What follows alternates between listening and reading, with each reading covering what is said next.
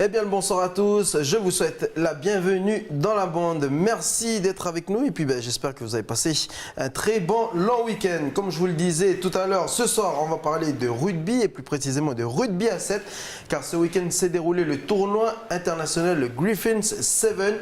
Il s'est déroulé au stade Numa Delhi. Il y avait Wallis et Futuna, Fidji, l'Australie, la Nouvelle-Zélande et bien entendu la Nouvelle-Calédonie. On fait le bilan ce soir dans Bienvenue dans la bande, mais je vous le dis direct, le bilan est plutôt positif chez les filles comme chez les garçons. On en parle avec notre invité Arnaud Bonfi, vice-président de la Ligue calédonienne de rugby, et puis avec Clémence Losseran. Bonsoir tous les deux.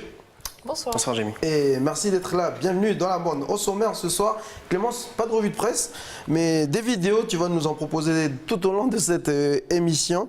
Et puis tu vas parler rugby, une vidéo des Fidjiens, je vais y arriver, Fidji, qui s'est qualifié, donc qui a décroché son ticket pour le mondial au Japon. Voilà, c'était l'info du week-end, la qualification en fait de Tonga pour la Coupe du Monde et qui est due en fait à la défaite ce samedi de Samoa en Coupe des Nations du Pacifique. Face à Fidji, ça s'est passé ce samedi. Et Prosper, en deuxième partie, nous rejoindra. Il parlera de l'opération Just Play. C'est une opération qui a été initiée par l'Oceanian Football Club qui milite pour la lutte contre les discriminations des genres dans le sport. Je vous rappelle que l'on va revenir sur la compétition des moins de 16 ans de rugby à 7. C'est le thème de votre émission. Sans plus tarder, voici votre jingle.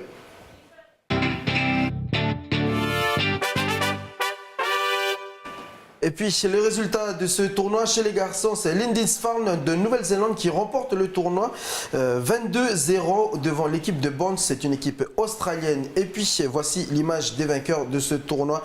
Ils ont gagné ce week-end au stade Numa Delhi. Chez les filles, ce sont les Fidjiennes de Savu Savu. Elles ont gagné 26-5 contre l'équipe de Tribes ou Tribes, je sais pas comment. Tribes, merci monsieur l'invité. Donc, c'est une équipe australienne. Votre point de vue sur ce tournoi, Arnaud Bonsi? C'est sûr qu'on a eu un tournoi très relevé, un niveau qui était exceptionnel avec les meilleures nations du Pacifique d'aujourd'hui et enfin, des déclinaisons de ces meilleures nations qui sont venues se confronter à Nokagu.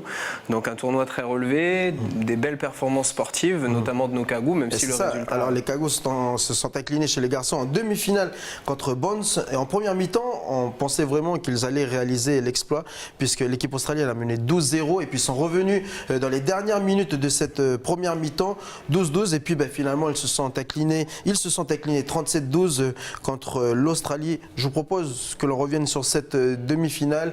Immersion à 1 heure avant le coup d'envoi de cette demi-finale. Reportage. On va sortir, on va bien se préparer, bien s'échauffer, monter le cardio et comme ça on arrive sur le terrain, on est chaud. C'est bon les gars? Oui. Allez on y va. On prend les ballons, on prend les plots. Allez les gars, allez c'est parti. Dans 1 heure, les protégés de Swaneneti vont affronter l'équipe australienne de Bonds. L'échauffement vient à peine de débuter que déjà une mauvaise nouvelle tombe. Swané, le capitaine blessé lors du match précédent, est contraint d'abandonner l'échauffement.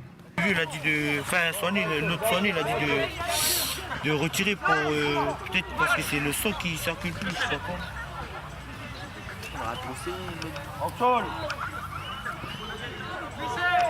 La cheville elle est out. Ok. Sonné, il commencera pas. Non. Il commencera pas, il est blessé.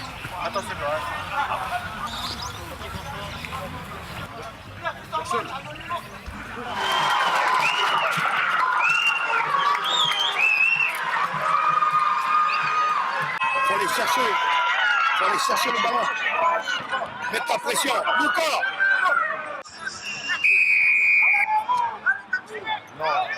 Touche pas. Jouez. Les Australiens font une très belle entame de match. Déjà 4 minutes de jeu et l'équipe de Bonds mène 12-0.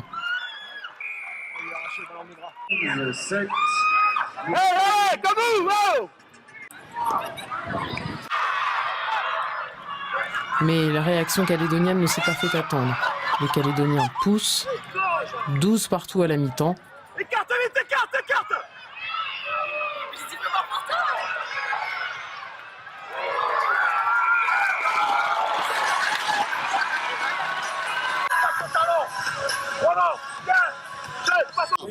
allez, les piquets devant, et après les ailes, c'est ouvert. Et là, vous pouvez partir. Ok? Yo. Hey, le mec, allez au sol, le mec, à chaque fois, il met les mains sur le ballon. Protégez votre ballon et au dernier moment, vous libérez. Mettez-vous en I, pour pas qu'ils viennent à plusieurs. Le meneur de jeu australien organise bien le jeu de son équipe. Il fait mal au Kagou. Sous les cris du public, il s'incline 37-12 en demi-finale du tournoi international.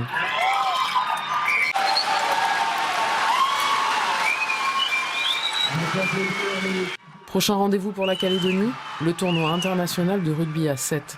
Il se déroulera à Wallis en août prochain. Petite réaction sur la personnalité de Soane Neti, le sélectionneur des Kagou.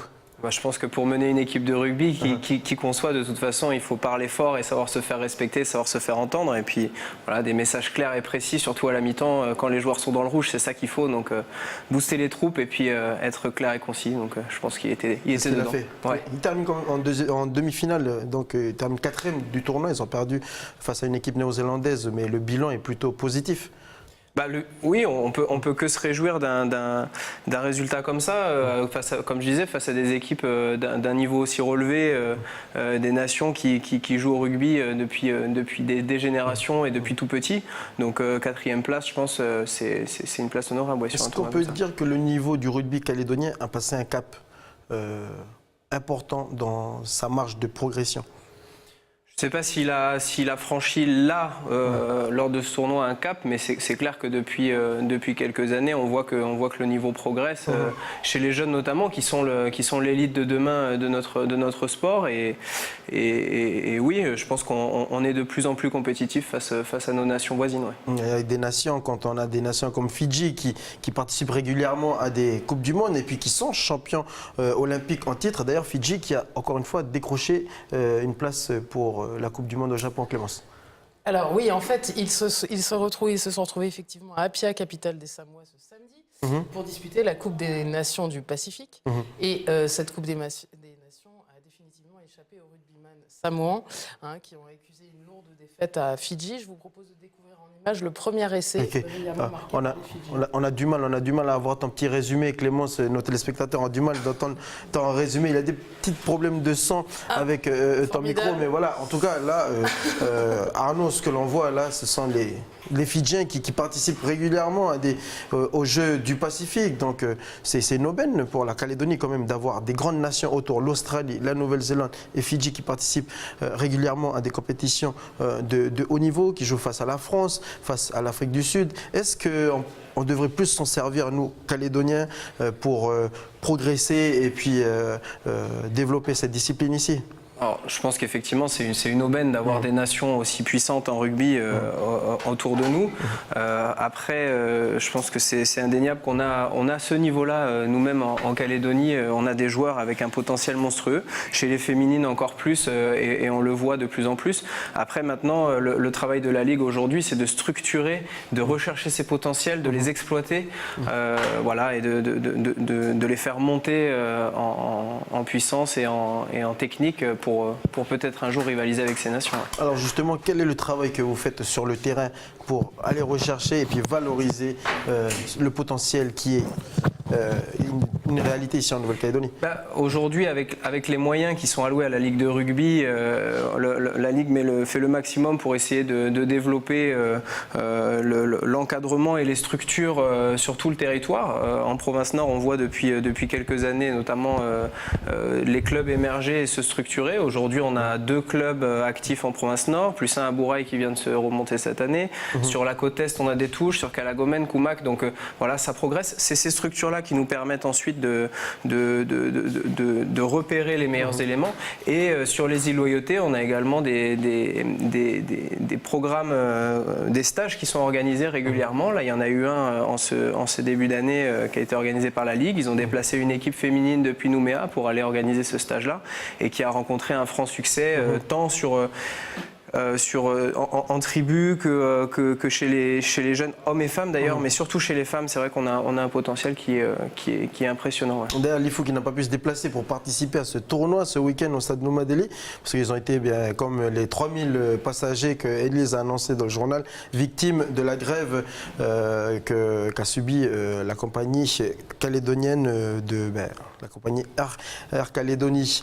Vous êtes aussi président du club Les Crevettes Musclées ici à Koné. Comment ça se passe les formations? Ce sont des Calédoniens qui vont à l'étranger pour se faire former. On envoie les jeunes là-bas, ou ce sont des éducateurs d'Australie ou de Nouvelle-Zélande ou aussi de la France, du top 14, qui viennent pour former les éducateurs sur place? Comment ça se passe? Alors, il y a un petit peu des deux, c'est-à-dire qu'au niveau des clubs, on a une formation fédérale qui est dispensée par nos cadres techniques territoriaux, donc ça se fait en local. Les cadres se déplacent en brousse et font des formations à Nouméa pour aider les éducateurs à encadrer leurs effectifs au sein des clubs.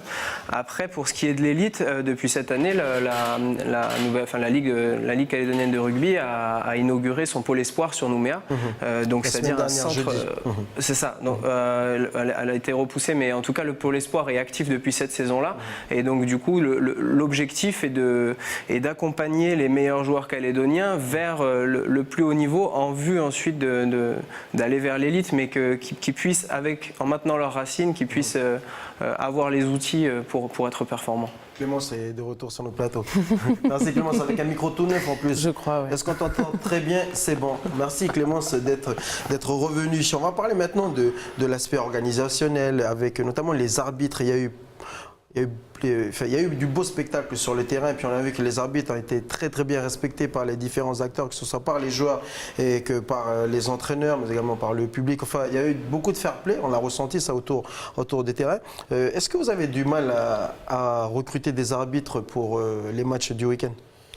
Alors je ne sais pas comment s'est passé le recrutement des arbitres pour ce week-end. Maintenant, je sais qu'on a un corps arbitral qui est présent en Nouvelle-Calédonie, avec des arbitres nationaux et des arbitres territoriaux qui arbitrent tout au long de l'année les matchs de championnat et les matchs jeunes. Après, sur un tournoi comme ça, comme je vous dis, je ne sais pas exactement comment ça s'est passé. Ce qui est sûr, c'est que vous parliez du respect des arbitres. C'est quelque chose qui est à saluer et qui est propre dans notre sport. C'est vrai qu'il y a un respect pour l'adversaire, un respect pour ses coéquipiers, un respect pour les entraîneurs, un respect pour l'arbitre, et c'est quelque chose qui tient à cœur, je pense, ici dans le rugby, à faire respecter. Alors apparemment c'est pas le cas partout, Clémence. C'est effectivement un bel état d'esprit reconnu dans le rugby, et puis comme à chaque fois il y a toujours des exceptions qui renforcent la règle, donc vous allez le voir, effectivement il peut arriver que ces préceptes ne soient pas tout à fait respectés, et la violence gratuite, lorsqu'elle existe, est très lourdement condamnée. Vous l'avez vu? Donc voilà, là j'ai parcouru un peu la toile. Un premier exemple, c'est l'histoire de ce rugbyman argentin qui s'appelle Bruno Doglioli. En décembre dernier, il évoluait dans un club italien. Alors, inexplicable, c'est le commentaire qui a été relayé dans la presse, puisque lorsqu'il se jette violemment sur l'arbitre, le ballon ovale détenu par l'équipe adverse est clairement hors de sa portée. Donc, pour la petite histoire, l'arbitre, Maria Beatrice Welcome, c'était une femme à 23 ans, s'est retrouvée avec un traumatisme cervical.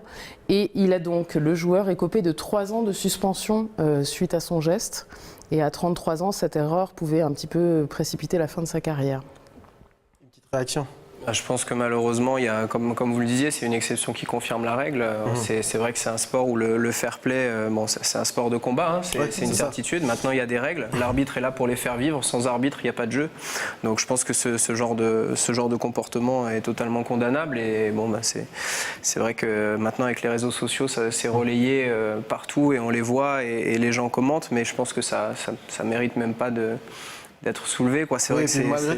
C'est vrai qu'au rugby, l'arbitre est plus respecté, j'ai envie de dire, qu'au football. Est-ce que c'est une valeur que vous véhiculez, que vous mettez bien en évidence auprès des jeunes dans les clubs? Ça fait partie, le respect de manière générale fait partie des règles de base qu'on inculque à nos jeunes à travers les écoles de rugby. Les écoles de rugby, ça commence à partir de 5-6 ans.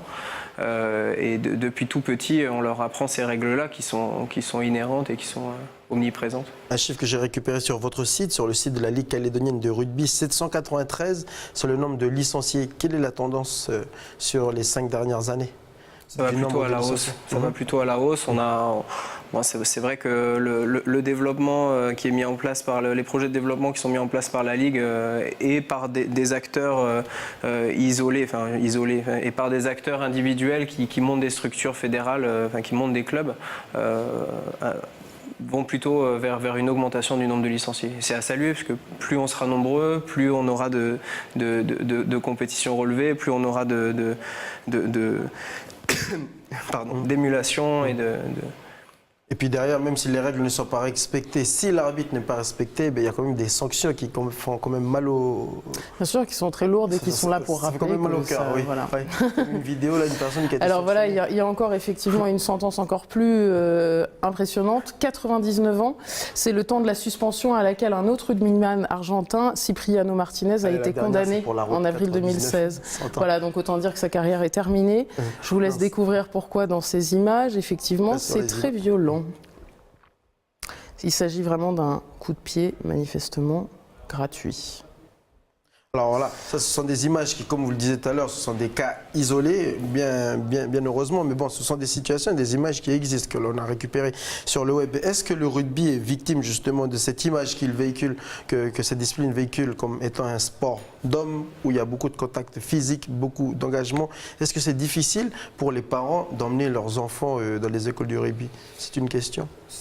Ça pourrait l'être quand les gens ont une méconnaissance du rugby et quand la seule image qu'ils ont du rugby, c'est le top 14 et donc le championnat élite ou le rugby qu'on voit à la télé. C'est sûr qu'aujourd'hui, on est face à des sportifs professionnels qui ont des gabarits hors normes, avec des chocs de plus en plus violents, mais c'est un sport qui est de plus en plus contrôlé aussi du point de vue de la sécurité. La sécurité est toujours au cœur des débats. Alors effectivement, l'engagement va de plus en plus loin au fur et à mesure que le niveau progresse et que les divisions augmentent. Mais quand les parents viennent voir leur gamin jouer le samedi ou le mercredi soir, ils se rendent compte que... Le plaquage n'existait pas. Le plaquage, le plaquage existe, ça fait partie des fondamentaux du rugby. Maintenant, il y a des règles qui adaptent ces règles du rugby pour l'école de rugby. Ce qu'on appelle ça jusqu'à 12 ans, ça s'appelle l'école de rugby. Et du coup, la zone de plaquage est limitée. Les plaquages qu'on voit à la télé qui peuvent arriver jusqu'au niveau des épaules, pratiquement, là c'est limité au niveau de la ceinture. Il y a tout un tas de gestes qui n'existent pas. La mêlée est rentrée bien plus tard. La touche également. Voilà, toutes ces phases, que ce soit technique ou sécuritaire dans le développement de l'enfant, sont intégrées au fur et à mesure que l'enfant grandit. Et puis de toute façon, ils sont bien protégés. Un casque et puis un protège-dents. Le protège-dents est obligatoire, le casque moins. Le casque protège des bosses qu'il pourrait y avoir. Je ne suis pas sûr que s'il y a un choc violent, c'est surtout les cervicales qui vont partir en arrière. Donc je ne suis pas sûr qu'un casque change fondamentalement la donne, mais... Ah mais ça rassure au moins les parents. Ça rassure au moins les parents, ça c'est certain. C'est eux qui les emmènent à l'entraînement. Là on arrive à la fin de cette première partie. Si on devait retenir un mot sur le rugby ici en Nouvelle-Calédonie, ce serait lequel? Évolution, progression, augmentation. Ouais, progression et puis de belles perspectives pour les années à venir. Ok, je propose que l'on fasse une pause, que l'on se retrouve dans la deuxième partie. C'est Prosper Poigo qui va nous rejoindre et il va nous parler de cette politique, de cette opération qui a été lancée par l'OFC, l'organisation de Confédération du football océanien. Je n'en dis pas plus, à tout de suite.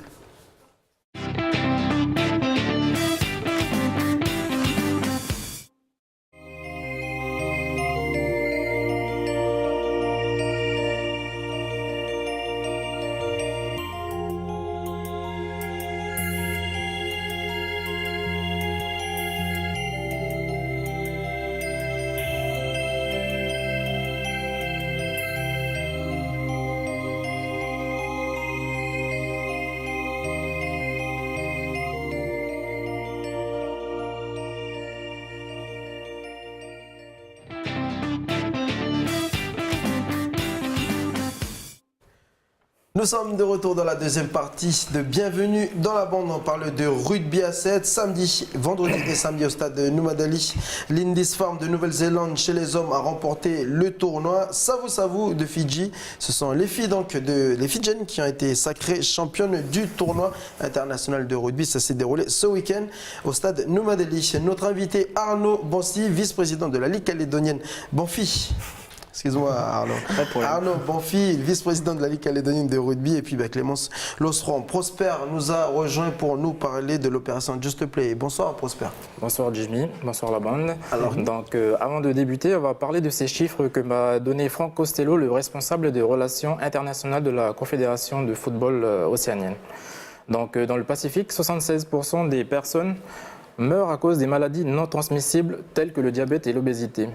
57% des femmes subissent des violences conjugales et 75% des adolescents garçons pensent qu'il est normal de battre sa femme. Donc face à ce constat, la Confédération océanienne de football... Ah ok, c'est là j'allais te poser une question, je pensais qu'on allait parler de sport. Non, justement, on va parler de sport, mais voilà.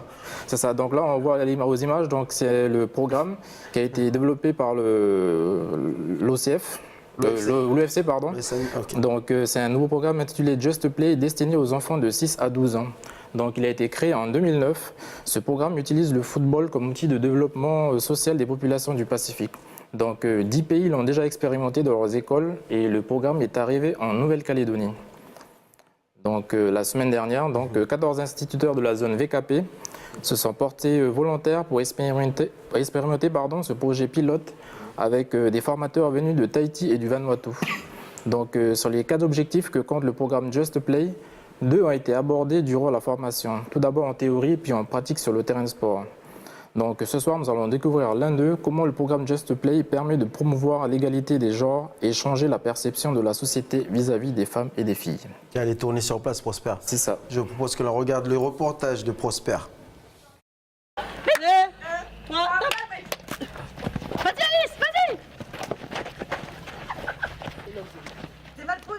Nous sommes au plateau sportif de l'école de Tehari à Koné.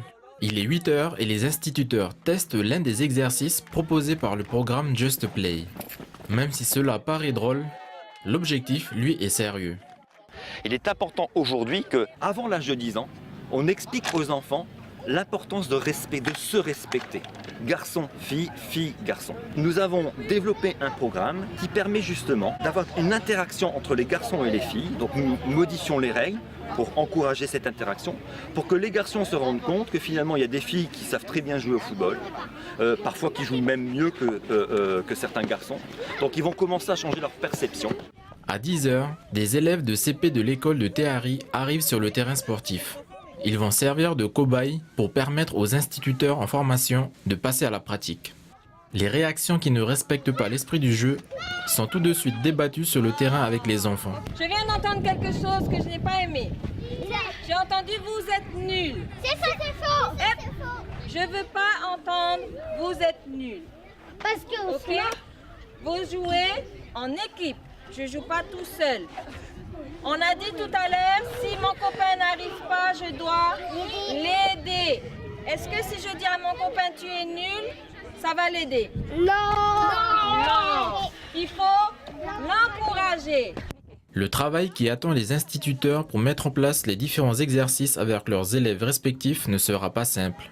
Mais ces 3 jours de formation ont permis à certains d'entre eux de réfléchir à de nouvelles méthodes d'apprentissage. Personnellement, c'est vrai qu'on ne pense pas toujours faire passer des messages comme des messages de santé alimentaire à travers le sport, à travers l'activité physique. Et donc là, ça nous apporte des petites aides, des petits conseils pour faire des ateliers plus ludiques et surtout que les enfants s'amusent et du coup aient envie d'aller vers une activité sportive.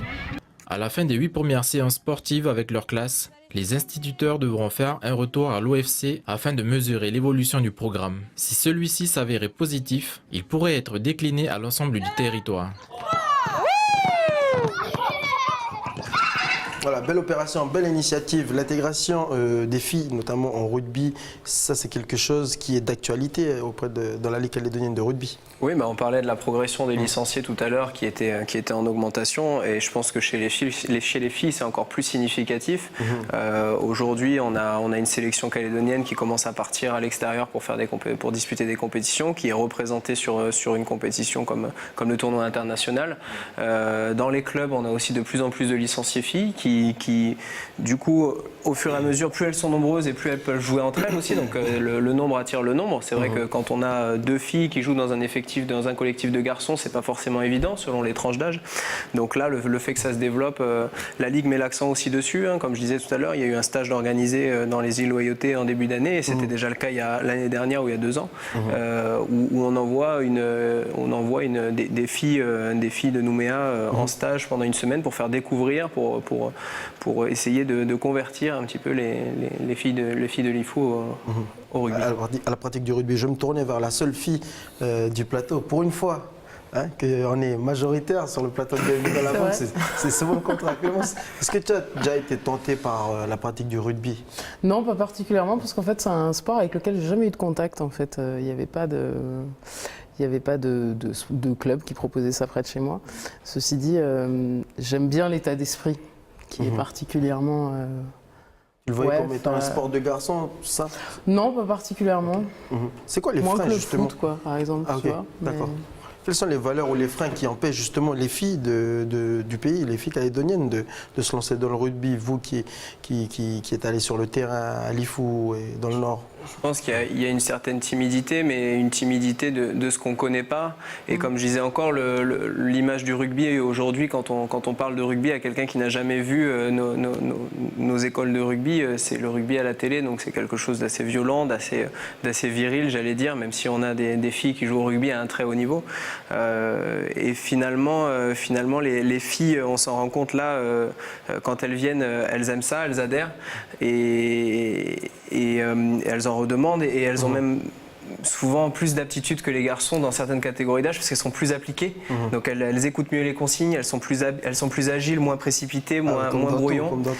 Comme souvent. Hein, et du coup, c'est vrai qu'on a des filles qui rivalisent totalement avec les garçons. Tu aurais dû te lancer, Clémence, dans le rugby. Tu aurais bien véhiculé les valeurs de la fille.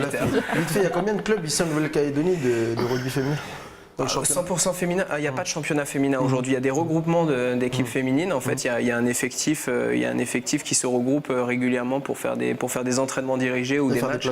Voilà. Il n'y a pas aujourd'hui d'effectifs suffisants pour créer un championnat, comme dans certaines catégories d'ailleurs. Hein, à partir des catégories adolescents, U16, U19, on perd un petit peu des jeunes.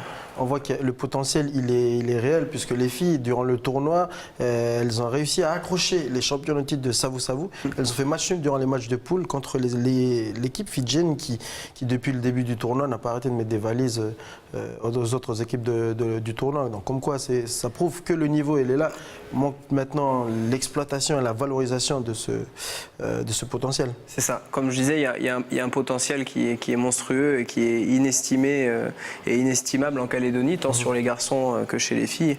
On le voit sur des coups d'éclat comme ça, sur des matchs où elles arrivent où elles et ils arrivent à accrocher des équipes très très fortes. Maintenant, le but de la Ligue et des clubs, c'est de structurer ces éclats et de les renouveler, d'apporter de la pérennité et de la régularité dans les résultats. Pour apporter des résultats. J'aimerais qu'on revienne sur l'opération Just Play. La suite de l'opération, ça se termine là ou il y a encore d'autres manifestations pour se faire? C'est du travail sur du long terme. En fait, là, si vous voulez, c'était un projet pilote que du coup, derrière, justement, je le disais dans le reportage, si cela a des résultats positifs, ça va être décliné à l'ensemble du territoire. Donc là, par exemple, il y a un suivi, notamment au niveau des enseignants. Ils reçoivent, par exemple, ce livret. C'est un guide. C'est un guide qui est générique, en fait. Donc du coup, derrière, il y a la possibilité de personnaliser les exercices qui sont consignés à l'intérieur. Et après, derrière, à chaque fois que les exercices se font, il y a des questions, en fait. Il y a une discussion entre l'élève et l'enseignant. Et derrière, tous ces éléments-là sont notés et après envoyés à la fédération, qui du coup pourra faire un travail informatisé d'évaluation de l'impact du programme. Tu as senti les profs et notamment les institutrices investis dans... Ah oui, non, mais en fait, là, pour cette formation-là, tous les instituteurs étaient volontaires. Contrairement à d'autres pays, par exemple le Tahiti, eux par contre ça a été imposé. Donc là du coup j'ai vu, ils étaient vraiment comme avec des âmes d'enfants. Même prêts à travailler le mercredi après-midi. C'est ça. Chapeau. On continue avec le reste de l'actualité sportive. Il y avait ce matin donc Pierre Fairbank en handisport qui disputait les championnats du monde. Il a remporté la médaille de bronze au championnat du monde. Ça s'est déroulé à Londres dans la catégorie fauteuil 200 mètres. Je vous propose de revivre cette course sur des images de nos confrères de France Télévisions. Allez, il faut mettre le fauteuil dans les meilleures conditions. Brent Lakatos qui est parti très très fort, qui est revenu sur Peyo, qui est quand même un adversaire extrêmement redoutable. Lakatos qui est déjà en tête en sortie de virage avec Peyo à ses côtés. Et Pierre qui se bat, Pierre Fairbank qui se bat. La médaille d'or, ça va se jouer à rien. Lakatos d'une roue. Et je crois que Pierre est médaille de bronze, il me semble bien. Oui, en effet, Pierre est médaillé et décrochant que la médaille de bronze. Félicitations à Pierre Fairbank. Un mot de football. Les Calédoniennes des moins de 19 ans en Nouvelle-Zélande se sont inclinées 12-0 contre les Kiwis dans les qualifications mondiales. Donc plus d'espoir de se qualifier au mondial pour les filles qui enregistrent leur deuxième défaite dans ce tournoi. Voilà, et ça c'est un score de rugby, ça il me semble. Ouais, ça ressemble plus à un score de rugby qu'à un score de foot. En tout cas en foot ça pique. Voilà, ça pique, c'est clair que là ça pique. Mais là aussi il y a un gros travail qui est effectué pour justement intégrer les filles dans des sports que l'on considère comme étant des sports de mecs. Non, vous n'êtes pas d'accord? Si, d'accord avec moi. On termine avec une dernière vidéo, Clémence. Et là, c'est une nouvelle manière de faire du rugby. Voilà, c'était un peu étonnant. Voilà, toujours après, en cherchant des vidéos décalées, je suis tombée sur cette variante, le underwater rugby ou rugby subaquatique. Et comme si son nom l'indique, se joue sous l'eau. Donc je vous propose d'en découvrir quelques images tournées en Finlande. Alors, vous le voyez, la première condition du jeu, en fait, c'est plutôt de maîtriser l'apnée.